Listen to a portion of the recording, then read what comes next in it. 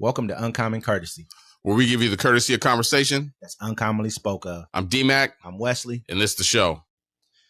So things are heating up in the Middle East, as we can see. They've been heated. They've been hot for quite a while right now. Yes. Honestly. Well, Iran gives a U.S. chilling warning to stay away so you won't get hurt as it vows revenge on Israel. Now, if people don't know, Israel attacked the Iranian Consulate in Syria, bombed them, killing one of their top generals, I believe. Yep, and a couple of his aides, couple of his top aides, and I think they killed like 5 or 6 people in total. I believe may have been more, but those were the people who they're showing. Like some of their the general they're saying was kind of like right beneath Soleimani, the one that we killed in Iraq in 2020 when we bombed him in Iraq, and they're saying that this guy had really deep ties with Hamas, Hezbollah, and the Houthis. And that's that they're saying they're trying to claim that's where they're doing everything out of.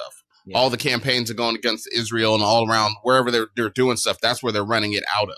Yeah, that consulate. And for them to have that kind of information that he's there at that time, they've been watching him for quite a while. They know something more than what is being put out there. That's not me stating that he's doing what they're saying he's doing, but they know something is going on there. For them to know, okay, this guy's here right now, you got some pretty damn good, information. But when you're in that kind of Syria's really pretty much a rogue state right now. They're pretty much, if you're willing to bomb something inside of someone else's country, same thing with America. Well, the whole thing also with the consulates and embassies, those are off limits. You're not supposed to bomb, blow up, do any kind of military stuff in those places. So like when that happens, it's kind of like, it's out of the laws, the rules of war that they have, even though it's weird norms. Yeah, it's out of the norms. You're not supposed to do it. So, they're telling the U.S., they're like, hey, step to the side because we're about to do something and it's coming. Yep. And the U.S. either has to step to the side or we're going to be in war with Iran.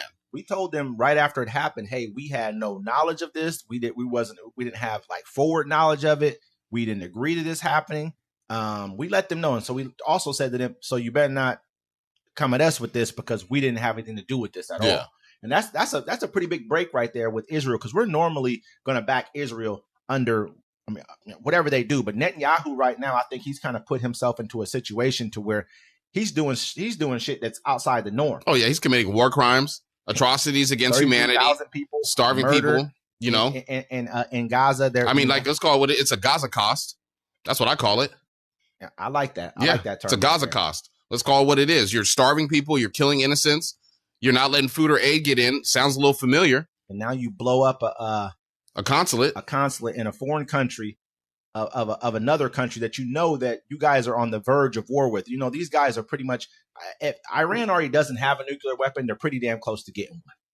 They were saying like months ago they were weeks away from having the capabilities of having a nuclear weapon after the deal with President Obama, the Iran deal, kind of after Trump pulled it off the table and then blew up one of their and then drone struck one of their top military commander, Soleimani. I mean, come on, that seemed to me to be pretty. That's like you don't want a country to trust America. What do? We already have a deal with you. Take it off the table. We know that deal is no longer any good. When as soon as a new president comes into power, take the deal off the table and then kill one of your top commanders. And see, a lot of people don't understand like all the dealings that we have around the world. We give all these countries all this money. It's to keep us in a satisfactory place where we don't have to go to war with all these countries all the time. This keeps us our biggest complaint is our food prices. Yeah. I mean, we don't have to worry about them having nuclear weapons. $2 billion. They gave them $2 billion. Well, the reason they don't want Iran, I had to explain this to somebody once. The reason they don't want Iran and North Korea to have nuclear weapons or any other country is because then they have a seat at the big boy table. Yeah. Right now, it's like, it's what, Australia, the UK, Russia, China. Name all the countries. It's kind of weird. When you start naming those countries, you start seeing really who. I mean, damn near most countries in Europe. You say like the UK, France, Germany. I don't know if Germany has one or not, but I know they were kind of late to the table after World War II. Australia does. Australia, I mean. China and Russia. And you think about it, like, so the rest of the countries, no matter what they say or do, they always have that threat of, well, you keep talking crazy, we'll just nuke you. But once they have nukes, now they have a say in how the world runs. Nukes too. India has nukes too. What it does is it proliferates arms like race. So what they would do is say a country like, Iran and Iraq had years of war back 40 years ago. They had years of war. Right now, they still have tensions because Iran just bombed, I think some place in Iraq where they're saying that Israeli businessman who was doing some type of front was operating out of in Kurdish territory. So they still have tensions in that region. So at the same time, what will happen is a country like Iran gets a nuclear weapon, everyone around it. That's saying Saudi Arabia's going to want nuclear weapons then, because that's going to say that, say Iraq's going to want a nuclear weapon, and they're going to be warranted in wanting to get one because of these type of actions. Yeah. So, I mean, that's why Pakistan got a nuclear weapons, because India got one. Or either way around, one of the two. But once one country got one, the other country had to get one because it just made sense. And Israel knows they're in some hot water because they just evacuated all their embassies.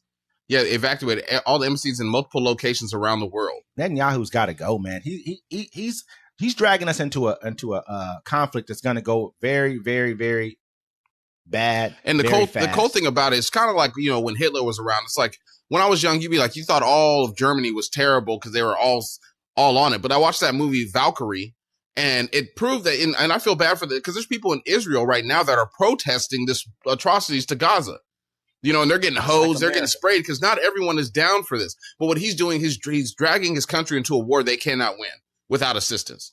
I mean, and he's dragging us into it with him because they understand that, we're your big brothers when it comes to diplomatic kind of outcomes in that region, and they're always going to look to us for help. So just like when Netanyahu just opened up, he's saying after they killed the 7 aid workers, and because he didn't want to feed the people in the Gaza cost, and so after they killed those 7 aid workers, now Biden went to him and said, you know what, man, you got to figure out something to kind of get better aid. You got to, because they told him that they were coming into that region from those aid workers. They let them know they had like some type of they had big W's on the top of their vehicles. Yeah, but they also have a communication. What they do is they'll tell them, hey, I have these aid trucks running from point A to point B at this time. They let them know this beforehand. It's all communicated. So when they bombed him, he's saying, oh, we didn't know that this happened.